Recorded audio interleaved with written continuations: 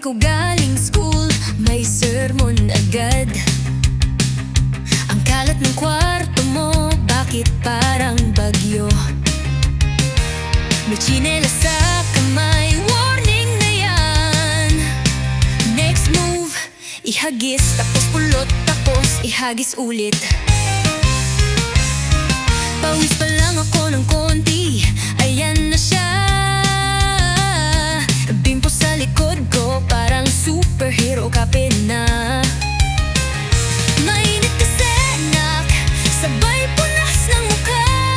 Pero yung towel, may print pa ng 1995 fiesta.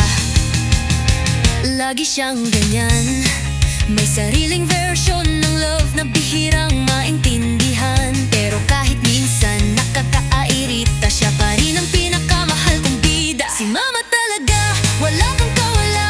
Mula ulo hanggang paa, siya ang bantay sarado sa'yo. Kahit nakakahiya, kahit tawa na, ramdam mo sa bawat galaw niya. Puro siya pagmamahal. Sa palengke parang tista, lahat kilala siya. Tapos bigla kang ipakilala, anak ko yan, single pa. Ha! May hawak na plastic, may listahan sa kamay. Pero pag may sali sa suka, giyera agad sa palengke. Hindi mo man gusto minsan ang style niya, pero wala kang kapalit sa puso niya.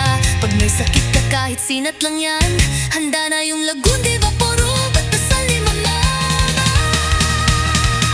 Si mama talaga, boss ng pamilya, laging may sagot, kahit walang nagtatanong. Bulong ng puso ko, kahit di ko laging sinasabi. Salamat sa'yo, ma, ikaw ang tunay kong tahanan.